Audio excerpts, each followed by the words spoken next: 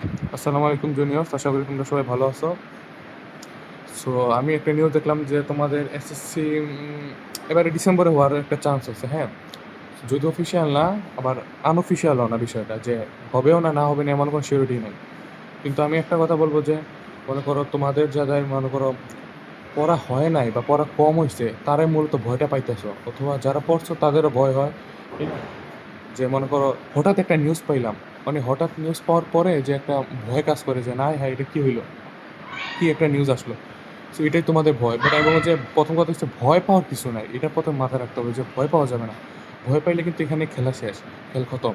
তো আমি বলবো যে ভয় পাওয়া যাবে না, এটা হচ্ছে প্রথম শর্ত। 2 নম্বর হচ্ছে পড়াশোনা করতে হবে, এখন পড়তে বসতে হবে। ভাই এগুলো সব কিছু সলভ কিসে? সলভ কিন্তু একটাই, দেখো তুমি চোখ বন্ধ করে ভেবে দেখো তো এগুলো সলভ কি। এবার ভাবো, দেখো সলভটা কি। ওই পড়তেই তো হবে ভাই, ঘুরে ফিরে পড়তেই হবে। পরীক্ষা আগে হোক পরে হোক আজকে হোক কালকে হোক পড়তে হবে। আমি এটাই বলি যে আমার আগের ভিডিওগুলো, অথবা তোমরা যারা ডেল্টা গ্রুপকে ফলো করো অথবা ফলো করবা, বলবো যে আমার পোস্টগুলো আমার ভিডিওগুলো তোমরা ফলো করতে পারো, দেখতে পারো। তোমার আমি সবসময় এক কথা বলি যে প্রতিদিন পড়তে হবে, রেগুলারিটি করে পড়তে হবে। কম হোক বেশি হোক এটা তোমার উপর, তোমার ক্যালিবারের উপরে। বাট আমি বলবো যে প্রতিদিন পড়তে হবে, প্রতিদিন পড়লে মোটামুটি হয়ে যাবে, আর তেমন এটা প্যারা হবে না। আর যেটা বলতেছি যে ভয় পাওয়ার কিছু নেই, এটা হচ্ছে প্রথম কথা। ভয় পাইলে কিন্তু এখানেই মনে করো সবচেয়ে বড় সমস্যা। 7 মাস মানে মেলা টাইম, যারা এখনও কিছু করতে পারো না তারাও আরামসে শেষ করতে পারে। আমি বলি কোনো টাফ না, আরামসে শেষ করতে পারবা, বিশ্বাস করো। মনে করো ভাইয়া মনে করো ফাপড় মারতেছে যে কী বলতেছে, না আসলে মানে আরামসে শেষ করতে পারবা।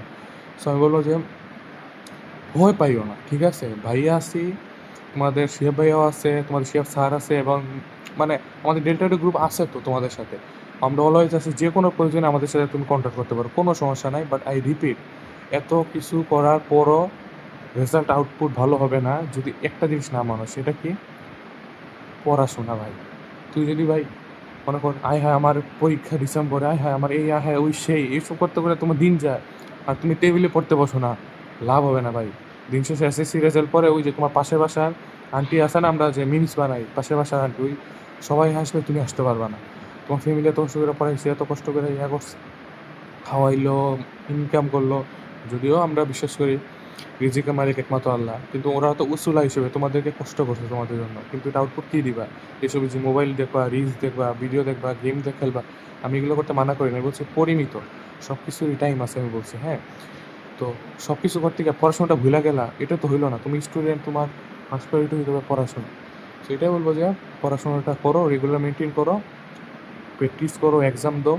আর ভাইয়া তো সবসময় আছি, যে কোনো হেল্পে আমাকে ইনভেস্ট করতে পারো, কোনো সমস্যা নাই। আই রিপিট, 7 মাস মেলা টাইম ভাই, বিশ্বাস করো, মেলা টাইম। হ্যাঁ, পড়তে বসো, তাইলেই হবে।